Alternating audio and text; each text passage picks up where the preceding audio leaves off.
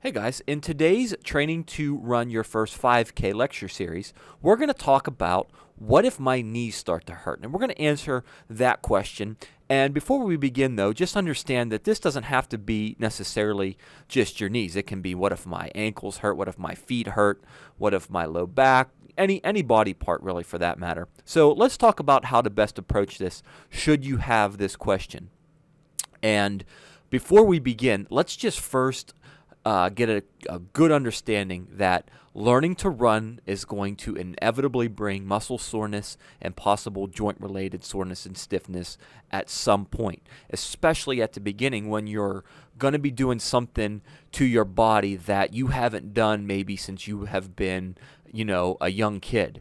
And, that doesn't mean that this is an excuse not to start this kind of running program or anything like that. It's just you need to realize that because you're going to be doing something that your body's not used to being able to do on a regular basis because you haven't done it for so long, there's a real good chance that you're going to experience a lot of soreness and fatigue and things like that, especially at the start.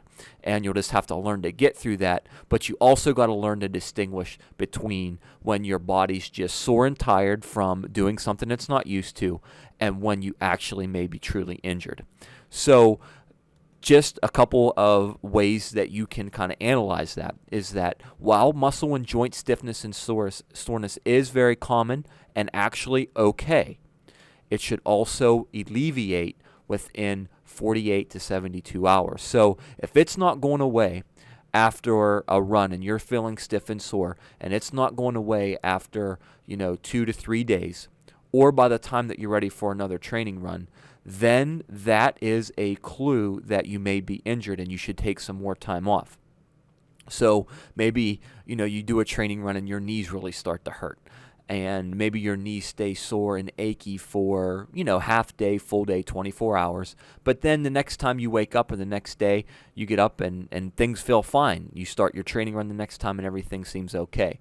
And you're going to experience a lot of that. In fact, you're going to experience that on more training days and post-training days than not.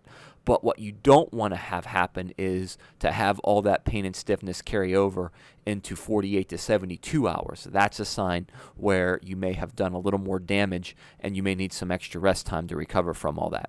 But the biggest thing that I want you guys to do is to listen to your body. If it's telling you that it needs a break and it's not ready to do another training run, don't do it. Schedule it for another day, give yourself another rest day or two, and push some of your training back a little bit so that you don't make anything that you may have aggravated worse. And then obviously I really want you to make it a point to let me know when you do things like that. But the bottom line is you're going to experience some muscle pain. You're going to experience some joint-related soreness and stiffness. That should go away with adequate rest. If it doesn't, then it means that you should actually get some more rest. So another point that I think is important to make too is that don't do more than you're supposed to. So in other words, the program that you have, and I've already mentioned this over and over again, is the program that I want you to do the way it's been designed. Don't do more than the program is telling you to do at this point, because if you do, you are going to do nothing but put yourself at higher risk for overuse injuries. So please don't do more than what that calendar says. Basically, you guys are starting out doing a 20 to 30 minute 3-day per week training program. And that should feel comfortably hard whenever you do it. So in other words, whenever you're running or whenever you're walking, taking a brisk fitness walk, the pace and the intensity of those training runs or walks should feel comfortably hard. So in other words, it shouldn't be something where you have to stop and take deep gasping breaths, or you can't hold a conversation with somebody right beside you because you're breathing too hard. That means it's uncomfortably hard. Comfortably hard means that, you're feeling it, you're breathing harder than you do at rest, but it's still not something that you feel is too much right now. It's comfortably hard, and that's the best zone to be in whenever you're doing all your training runs. And we'll talk more about that whenever we go over running form and to see if you're running correctly. But every run, every walk should be comfortably hard at this point, because your goal is to finish the race. It isn't to break any kind of speed records and to put your name in the Guinness Book of World Records. If that was the case, then you would have to do some workouts that were uncomfortably hard.